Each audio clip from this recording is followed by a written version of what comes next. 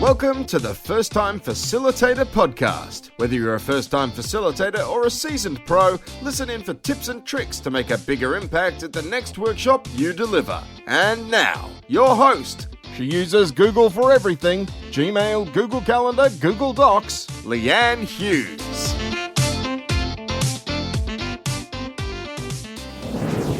Hello everyone and welcome to the show. I'm your host Leanne Hughes and I'm here to help you create unpredictable workshop experiences that predictably work. I'm sure you're aware of the TED site, TED.com, so many incredible speeches on that platform. My question to you is, what is your favourite TED speech? Send me a tweet at Leanne Hughes and let me know. There are so many good ones, so I'd love your recommendation. If I had to cherry pick a few of my favourites, I would go with Yves Moreau's speech, As Work Gets More Complex, 6 Rules to Simplify. He's awesome. Of course, Simon Sinek's Circle of Safety.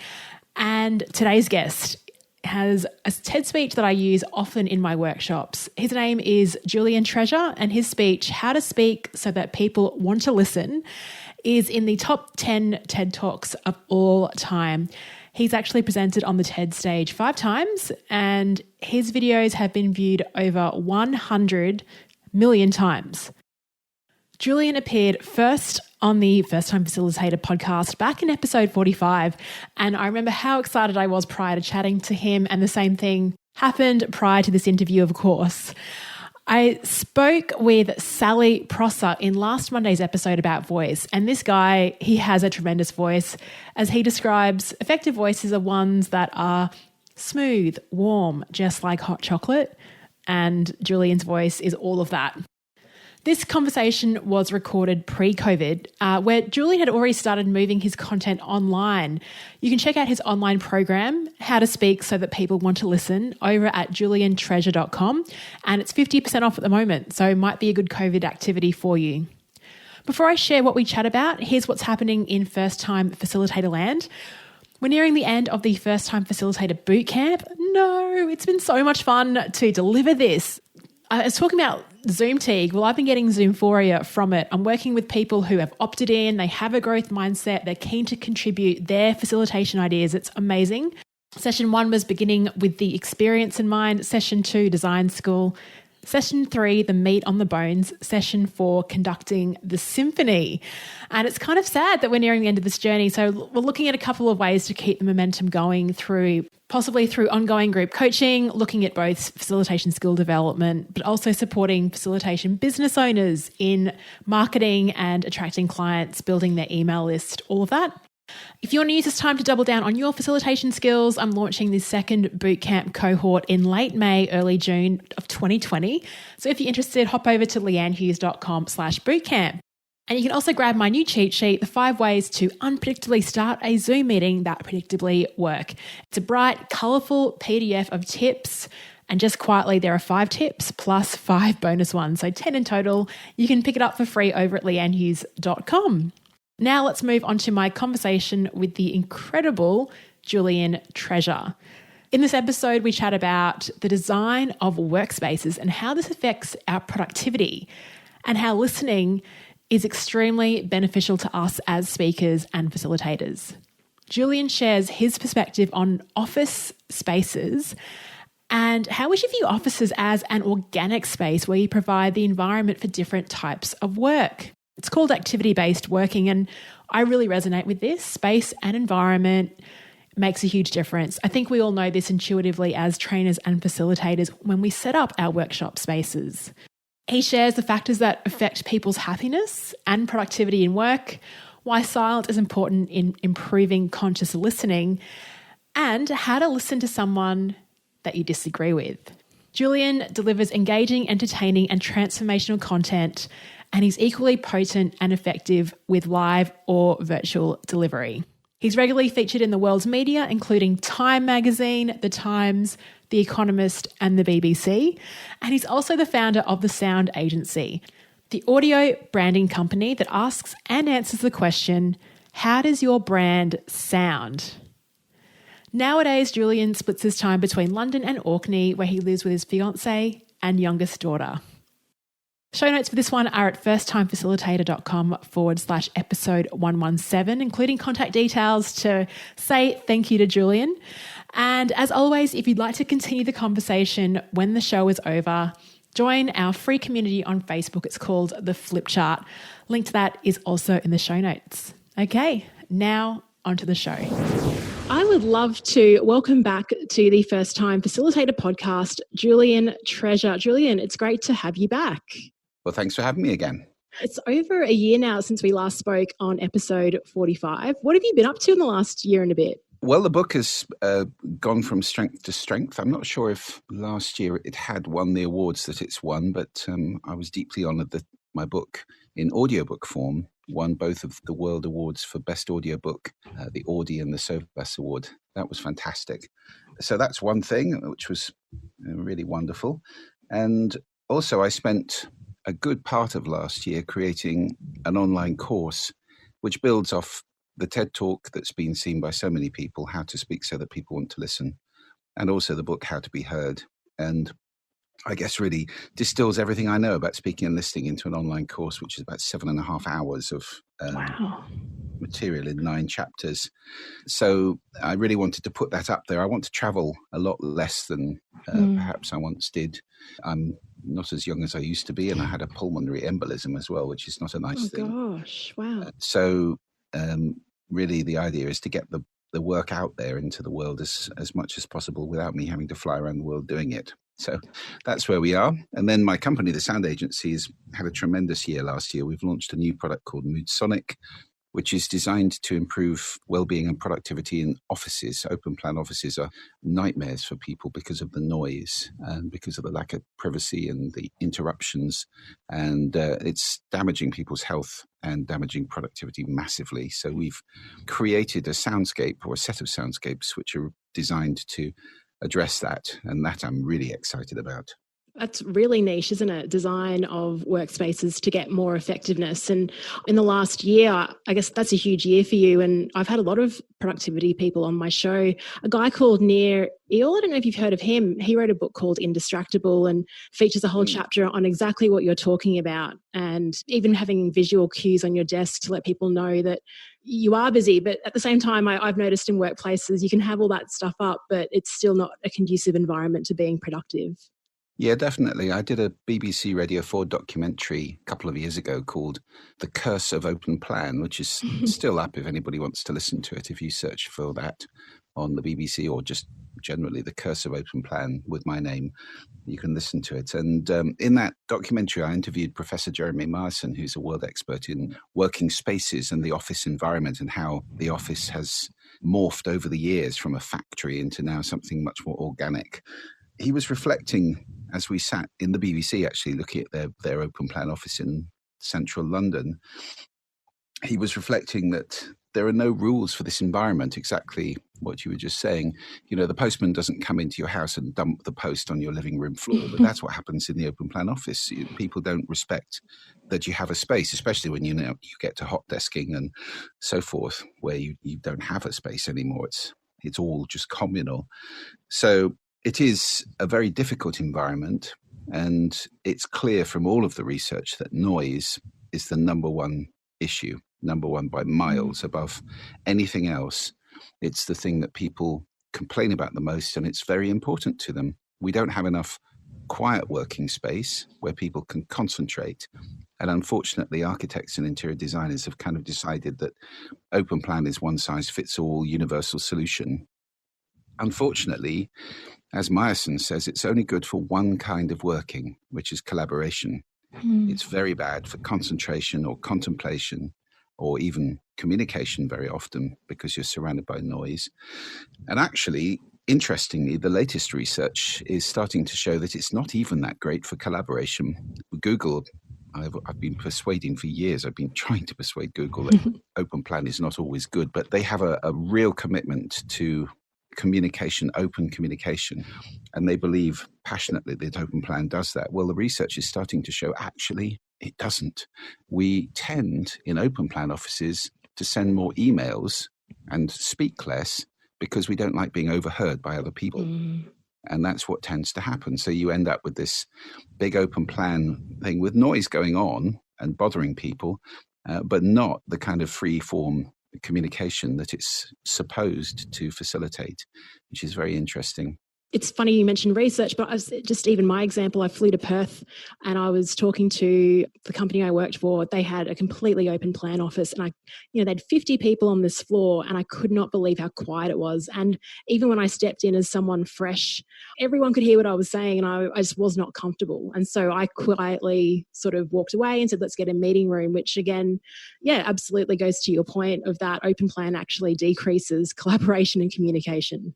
Yes, an open plan office can be too quiet or too noisy. And there are many, many. So if you imagine a bell curve, there's a sweet spot in the middle where there's just enough background kind of hubbub to mask what you're saying so you can have a private conversation. But I've been in open plan offices like the one you described where, the turning of a piece of paper is a major event. People tapped, So you take a phone call in an office of 20 people like that. First of all, it's cripplingly embarrassing for you. Hello, Mum. Can I call you? Because there's 20 people listening. And of course, if I take a call, how many people am I putting off? 20, because they can all hear every word. We have bandwidth for 1.6 human conversations. We can't understand two people at the same time. And the issue with that is that when somebody's speaking, you don't have earlids. You can't shut them out. You're programmed to decode language. And they take up one of your 1.6, which leaves you very degraded in listening to the voice in your head, which is the one you need to listen to when you're trying to do work on writing or calculating or anything like that. You need that peace and quiet to listen to your own inner voice. So that's what happens. On the other hand, of course, if the noise level is over about 55 decibels, certainly when it gets to 65 decibels, the research shows that that's actually really bad for people's health. Long-term exposure to even that noise level, which doesn't hurt your ears, but it is the kind of, to give people an idea, I'd need to be raising my voice to be heard in 65 decibels. Not shouting, but raising my voice, definitely. Well, even that noise level, if you're in it for hours a day, days and days on end, it increases your blood pressure and it increases your long-term risk of heart attack. Wow. So teachers in particular in modern classrooms who are dealing with children, with group work, with noise levels way above 65 decibels, I mean, that's the average in German classrooms now. They are probably shortening their lives by working year after year in environments like that, quite apart from losing their voices. I mean, there was a British teacher who sued a few years ago for losing her voice entirely because she had to shout every day, and she won. So it's quite a dangerous profession in old-fashioned schoolrooms, particularly where the acoustics are shocking and the noise levels are so loud. Absolutely. And actually the irony of this was we were meant to talk at the end of last year, but I'd actually lost my voice and I couldn't believe it. I had to message Julian Treasure letting him know that I'd lost my voice. And I had very similar situations last year. I was pretty exhausted. I was overseas facilitating workshops. I thought, there were groups of 15 people. What turned out to be were 25, 30 people in a room on the day, no microphone. And you have to become very strategic about then what you say and how you say it. But I mean, I still had to I believe I was raising above the 65 decibels and it really hit me. And I thought, well, maybe I'm not breathing correctly, but I think if you do it every day for 8 hours, I don't really know what you can do against that, if anything. Yes. Well, the voice is a wonderful instrument, of course, and it's, a big part of what I talk about. And people have different instruments given to them at birth. Not everybody can be booming and stentorian in their delivery. We can all learn to project, that's true. And there are many people who restrict their volume automatically. They've learned to be quiet people. I've had people in my classes over the years who say, I am shouting, got a bit more range than that. Yeah. But having said that, yes, absolutely. I mean, if you aren't blessed with a big booming voice, and many people aren't, then speaking into that kind of 65 decibel hubbub, you have to shout. And we're not all trained actors. Projection is quite an art. It's got a lot to do with, visualization and diaphragm control and breath control and so forth. But even with all that, it isn't good for you to be shouting over something like that all the time. I mean, actors wouldn't like it if they had to speak the way they speak in a theatre all day, every day, they would also have voice trouble. You have to look after your voice, and it's not designed to do that all the time. So yes, those environments, they're bad for the health, and they're bad for understanding, for comprehension, and for productivity. And it applies just as much in offices as it does in schoolrooms. Acoustic design is very poor, and the way we lay the spaces out in offices is just not sensible. There is hope, I have to say. There's a new form of office strategy, if you like, which is called activity-based working, AWB. And that's an understanding of the office as a sort of organic space where you provide environments for different types of working, and then you encourage people to move to the environment that suits the work they want to do. So you want to do quiet working, you go to the quiet working space. You want to do collaboration, you go to the collaborative open plan space. You want contemplation or, social interaction. There are spaces for all of these sorts of things. And you want to make private phone calls. There are booths for that as well. So that's very good, but it does require a big social change. And that's always the problem with this kind of thing. It's the culture, people coming in going, what are you doing? That's my hot desk you're sitting at. And that's not quite the point, but people get very territorial. They like, we all like to have a space. And that's quite a big thing because you become kind of shifting sands in that environment. It's not so easy to have a home base. No, and I think it also sort of raises the importance of, I guess, sometimes working from home as well, because I certainly found working in open plan, it was just full of distractions. And one day at home, I could get a whole week's worth of work done in that one day because I was distraction free. So hopefully with remote and flexible work arrangements, that happens. And it's funny that you talk about sort of the culture of this as well. And it's good that you're talking to companies like Google, because I think once they implement the stuff that you're talking about, you find that 5 and 10 years later, everyone else will follow. So indeed. Well, we've just created MoodSonic, and we're right now, as we record this, we're working on our first big installation, which is an 11-story office block in Georgia in the US.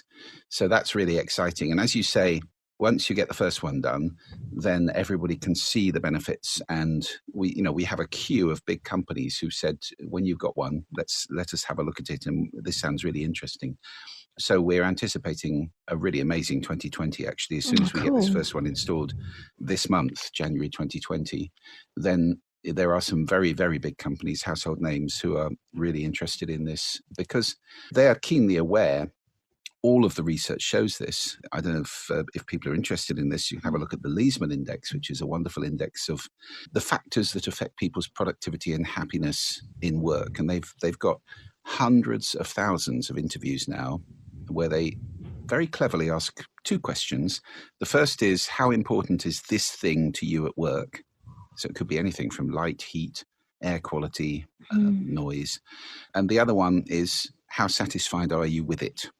So that gets over the comparing apples with pears thing of how do you compare a finance director's productivity with a creative person's productivity? Productivity is a very movable feast. But this one, it's self-reporting. How important is it? And how happy are you with it? And noise is right up there at the top. So lots of companies are aware it's a problem. And we've got to solve it.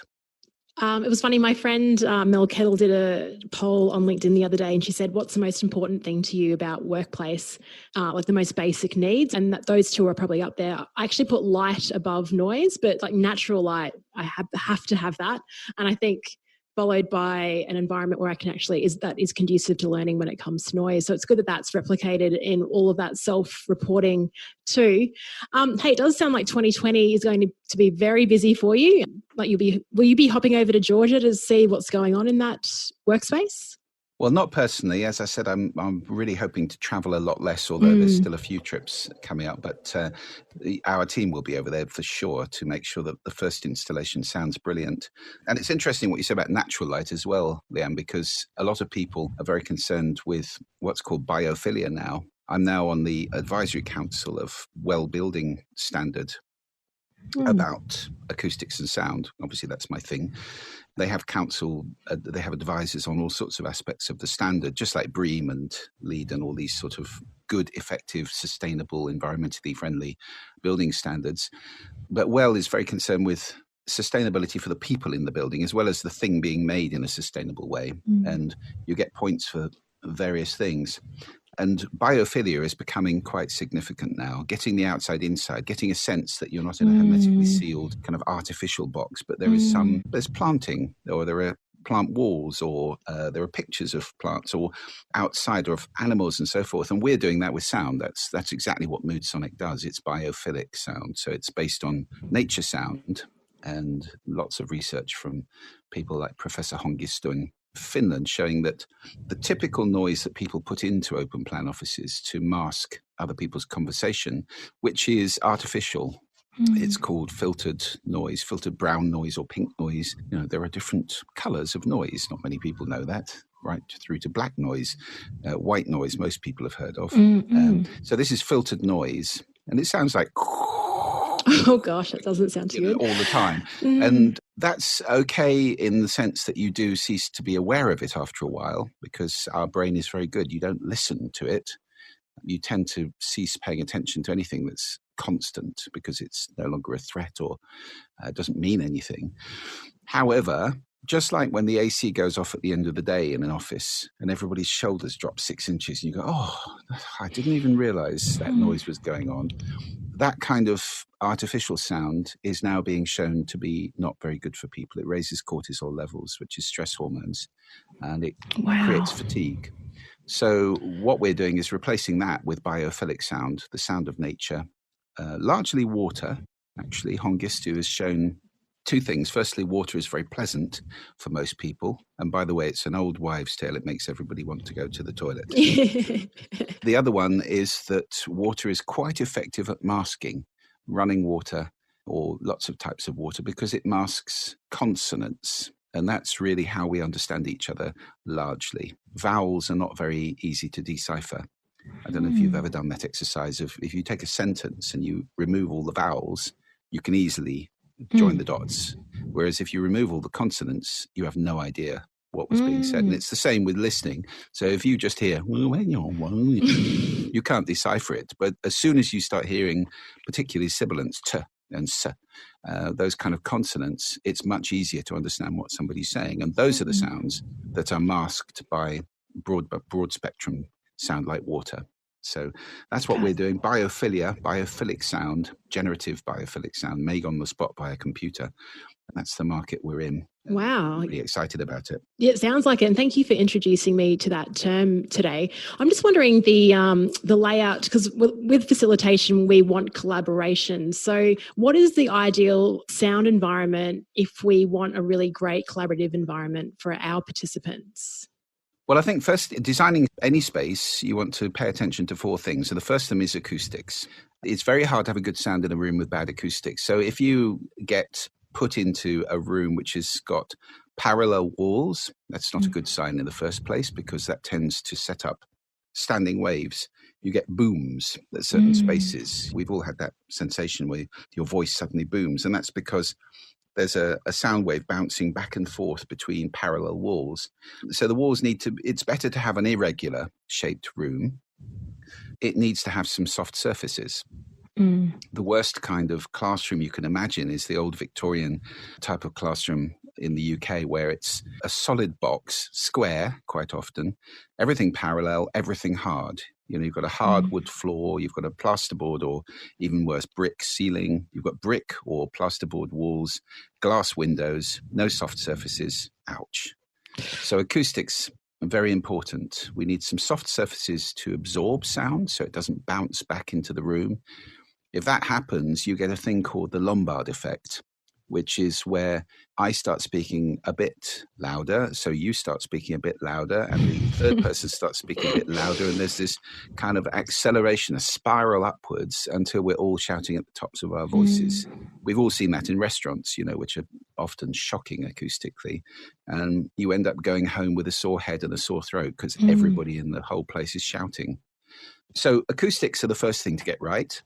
Second thing to get right, and you can help that, obviously, if you get access to a room before you're going in, draw some curtains if you can. Or if you get a choice of rooms, have a look at them. Irregular size is great. Carpet is really good. Curtains are really good. Or Things like bookcases can help as well in classrooms particularly. That's a great way. Books soak up quite a lot of sound. Plants, anything irregular will sort of smash sound up and stop it from reflecting. So noise is the second thing. You don't want to have a room with a broken fan in an air conditioning unit, for example, squeaking, or anything groaning in the building, the fabric of the building, or fridge. Or I'm the person who unplugs the ice machine in the corridor of American hotels. You know, those things that they're just going zzz. Yeah.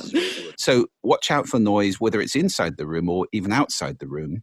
Heavy traffic, construction, whatever it may be, very distracting. And it raises the noise level in the room because people have to start talking or shouting over it. The third thing to pay attention to is the sound system. Now, that depends entirely on the size of the group.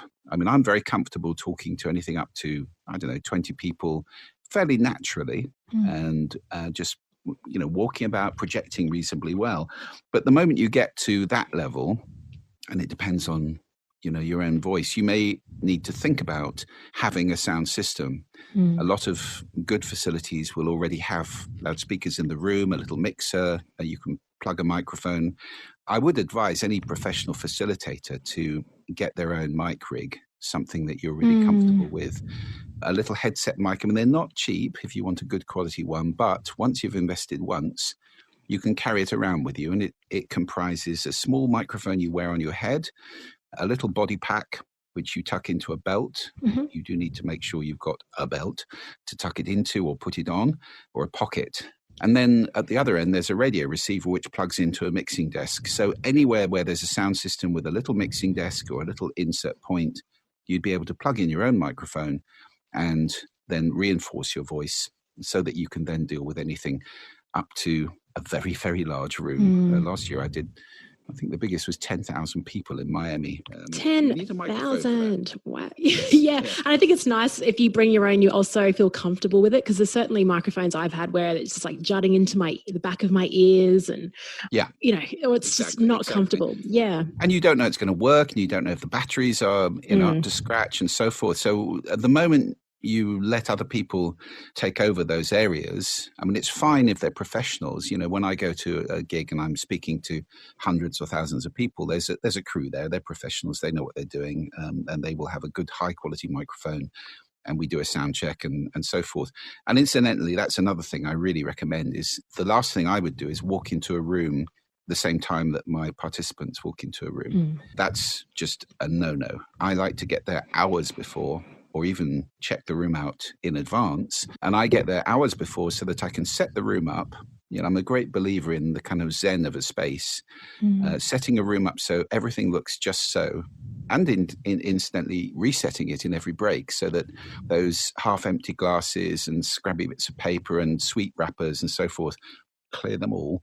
So the room is all fresh. I do that too. Yeah. I think it's really important because, if you come back in after a coffee at 11 o'clock and the room looks lived in and rumpled, it doesn't give you a good feeling, does it? Somebody doesn't care there, and that's not a great feeling.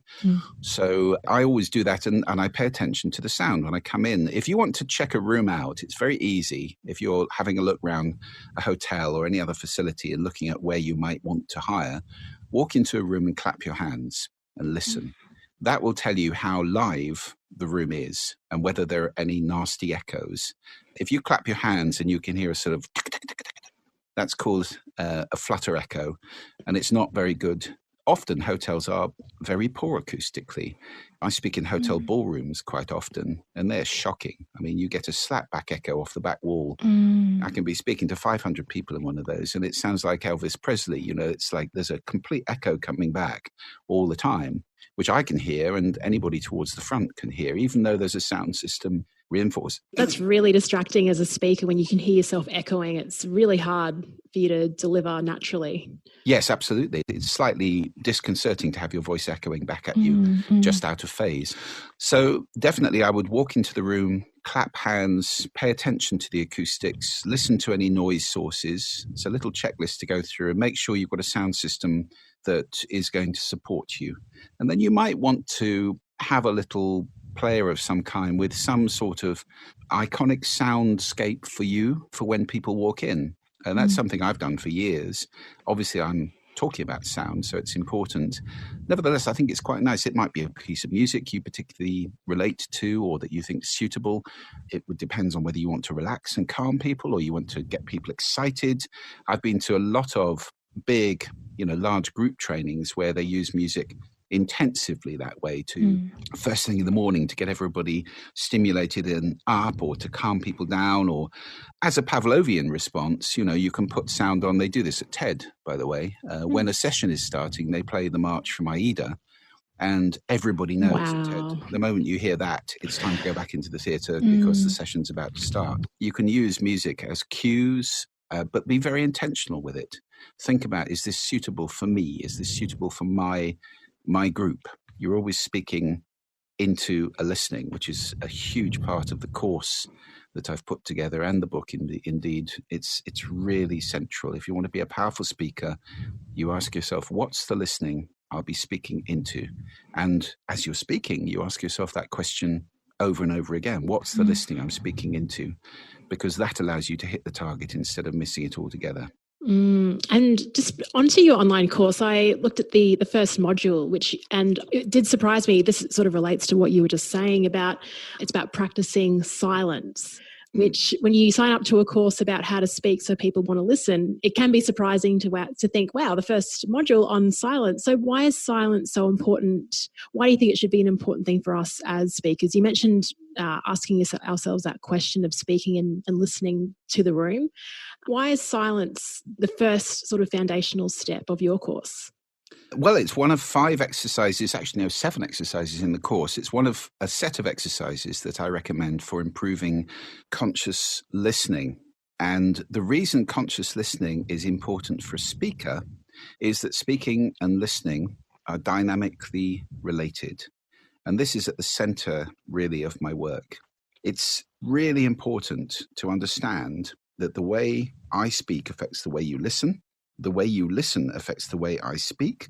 And further, the way I speak affects the way you speak, and the way I listen affects the way you listen, and so forth. So these two things interrelate in a dynamic, circular relationship, affecting one another all the time. The best speakers are also good listeners.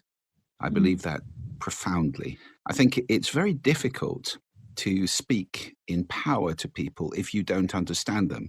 Now, there are lots of ways of understanding people, but listening is central to it. Now, it may be that you've got an intuitive ability to catch the zeitgeist and understand an audience without this, or you just happen to be lucky. But if you want to do it consistently, then listening to the audience is absolutely crucial, whether it's a one-to-one conversation or 1 to 1,000. And you can do that by asking that question, what's the listening I'm speaking into, and being sensitive to it all the time. So, for example, silence, which is a sound, I think, it's a very important sound, actually. Silence is the baseline for all listening.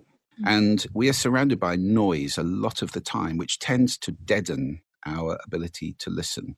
Most people don't pay much attention to listening at all. And a lot of the reason for that is that we're assailed by noise all the time. So we get used to discounting sound, not paying attention to it, treating it as worthless a lot of the time. And I think you see that in our relationship, even with music. It's now become some sort of disposable background for people, as opposed to when I was growing up, I used to sit in a darkened room with headphones on, reading album sleeves avidly and listening to, really paying attention. And I think, there's a lot to be said for getting back to that kind of very focused, attentive listening. And in the book, I talk about different types of listening. Actually, I interview Ben Zander, the TED speaker, who is conductor of the Boston Philharmonic, about listening to music in that way. And there's other exercises like RASA, the Receive, Appreciate, Summarize, Ask exercise for conversation, which involve listening all the time. So, when I'm speaking on stage, I'm listening all the time to the feedback. Even if nobody's saying anything, I'm listening with my eyes effectively. I get a feeling for the room all the time. And it's an organic thing.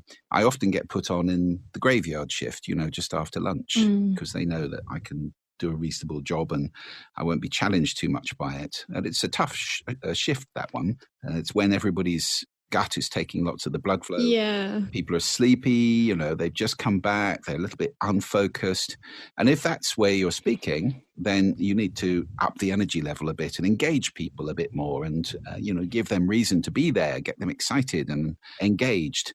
Just the same way, if you're speaking first thing in the morning, there's a different listening. If you're speaking just before the end of the day, there's a different listening. So listening changes over time. And also, very importantly, it changes from person to person. Everybody's listening is unique. And it is a very, very, very common mistake. And I've seen this in speakers, facilitators.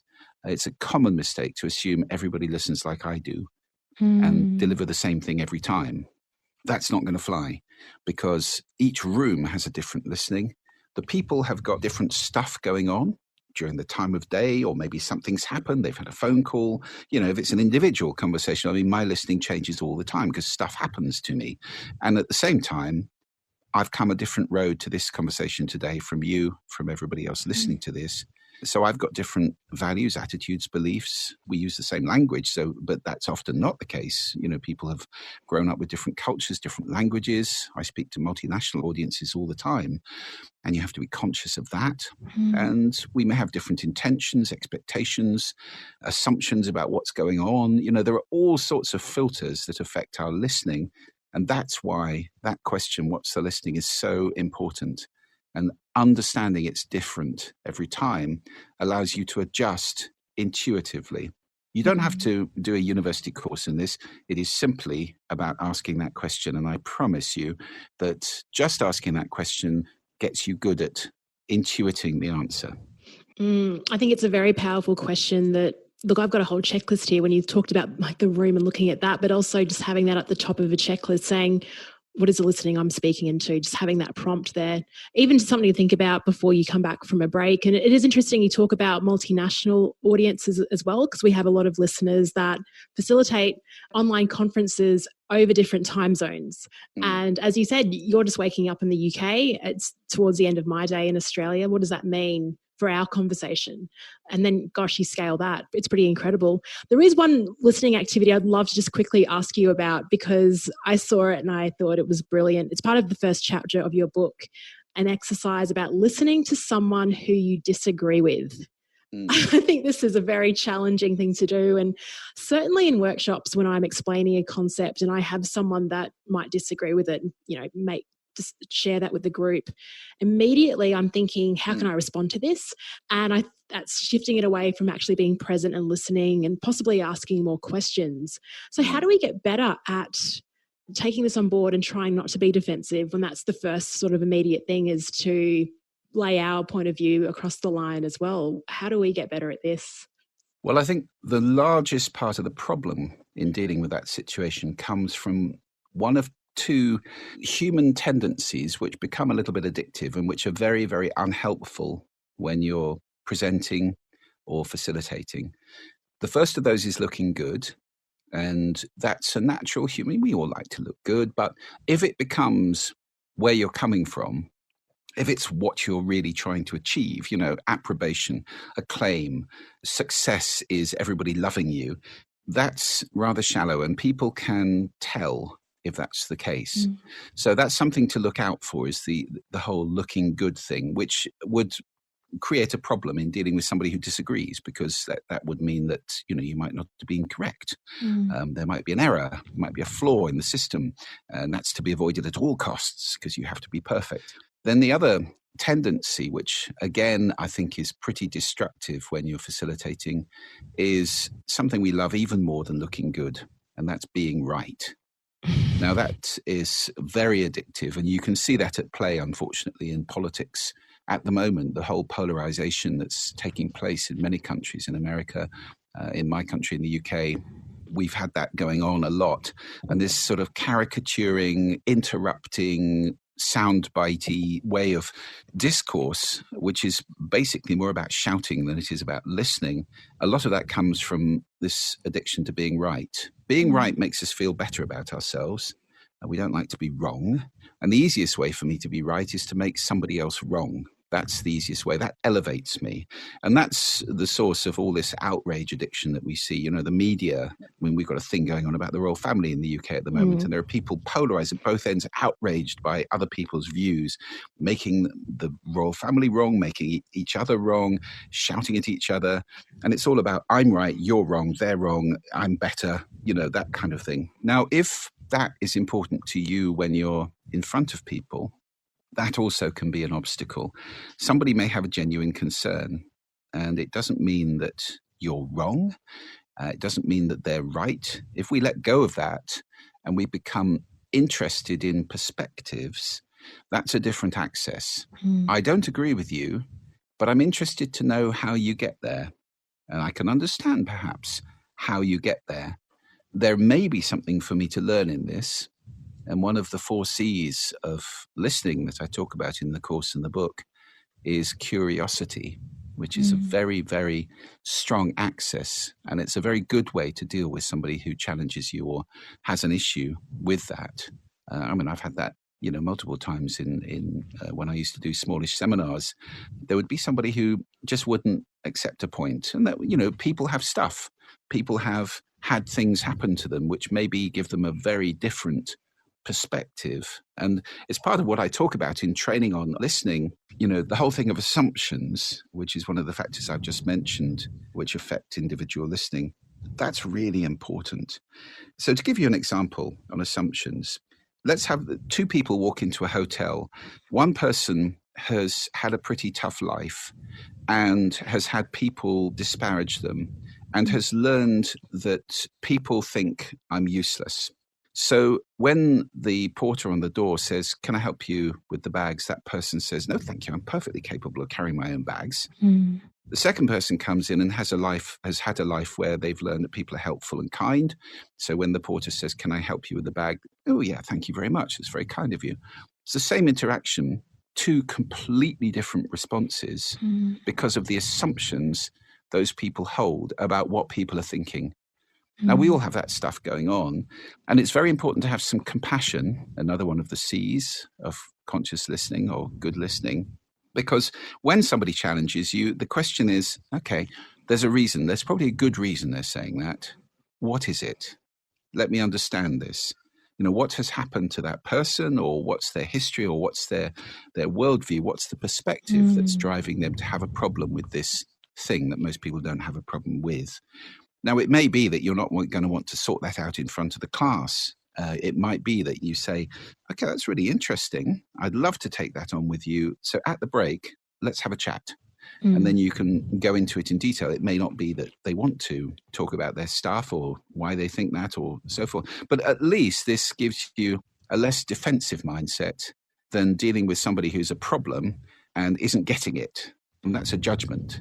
And there will be a reason for what most people say. So I love that quote from Barack Obama, actually. He says, "I love talking to people, especially when I disagree with them." That's brilliant. There aren't many people who would say that. We tend to go out and seek people we agree with. The internet is a big driver of that. We don't browse the internet. We go off and gather evidence that we're right a lot of the time. So that's what most people are doing. And that's a lot of the reason for the polarization. You go off and research something. There you are. I knew it.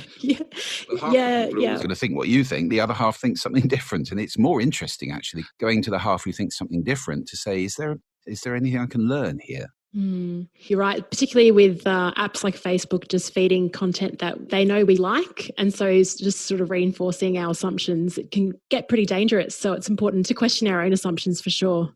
Yeah, definitely. Once you become conscious of those basic desires, the desire to look good and to be right, then again, you can do something about them. You can challenge yourself. So I think a big part of being a good facilitator, a good speaker, a good coach, whatever it may be, is being conscious, being self-conscious. I'm talking about being conscious of what's going on inside of you, where you're coming from, and challenging those needs, those desires, because they don't help. I mean, you're there to give a gift to an audience. That's what it's about, getting the ball over the net, giving them something of value. It's not about you, it's about them. And that's the really fundamental point.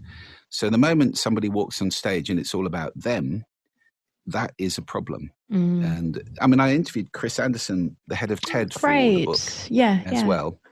And I asked Chris the question, which is more important, content or delivery? Because we have to get both right. And he said, well, they are both important, but if forced to choose, he would always go for content. Because if somebody has got earth-shattering content and they're delivering it in a not very interesting way, you'll tend to bear with them. They're doing their best. Whereas if somebody is delivering vapid nonsense in a brilliant style, irritating, it's annoying. Why don't you use that amazing delivery to do something worthwhile? So content is key, and that's always got to be the heart. I mean, if you're doing a seminar or facilitating a workshop, if the content's not there, you don't even begin to have an effect. Nevertheless, delivery is also very important, and the interaction with the room is very important. So it's vital to learn things like, there's a whole chapter in the course about the vocal toolbox, about how to use your voice in a powerful way. There's a whole chapter about designing brilliant content, and there's a whole chapter about public speaking skills, some of which we've touched on in this conversation, which are all fundamental. Yeah, absolutely. And Julian, I could easily listen to you for another 7 hours. So I think your course length is awesome. Can you please share with our listeners where they can find your course and find out more about the work that you do as well? I'm sure they're curious to explore more. You cover a range of things, and thank you for sharing that phrase biophilia with me, by the way. It's a real win for me. So where can people find your course? Well, lots of levels. First of all, the book is available in all the usual places. It's called How to Be Heard. So that's a great access. Secondly, if people go to my website, juliantreasure.com, they can put in their email address and we'll email 5 simple listening exercises, which are very powerful little videos from me, which are exercises that will improve conscious listening, absolutely free. Then the course itself, which is 7.5 hours long, 9 chapters, all video with lots and lots of downloadable exercises. It's a really intensive piece. And if you're professionally speaking in front of people, I think that is worth investigating. That's at speaklistenbe.com, and it's currently on with a big discount, actually. So it's about half price at the moment. It's still an investment, but it's an investment for life. It's lifetime access. And it's pretty much everything I know about doing this whole thing as well as you possibly can. So it's a resource that will stay with people and be, you can come back to it over the years and refresh bits and pieces. It covers everything. That's brilliant. And thanks for investing your time in putting that all together and collating all the knowledge that you've accumulated over your career. I do get a lot of people asking questions on what else they can do to up their facilitation game. And I think that this course will cover a lot of those. So thank you so much, Julian. Look, thank you. It's been great to have you back on the show. Maybe in about a year or so, I'd like to hear what your update is and hear about this office in Georgia and how that's spread across the world. That would be awesome. Yeah. Definitely, yeah. Fun. And we might see your TED Talk crack maybe 50, 60 million in another year. Who knows? Yes. Well, it continues to go up. It's amazing. So I think the total viewing number is 100 million for all the TED Talks now, which is an awful lot of people. It's daunting. That's wonderful. Julian, thank you so much for your time and for sharing everything on this podcast. Thanks for having me. Cheers. Hey, thanks so much for sticking around. You've reached the end of another episode of the First Time Facilitator podcast. Connect with the show at firsttimefacilitator.com or follow me on Instagram at Leanne Hughes to find out what I'm up to during the week. If you enjoyed this episode, please feel free to share it with someone who will also appreciate the insight, and make it easier for yourself and subscribe to the show in your podcast player of choice. Thank you so much for listening, and chat to you next week.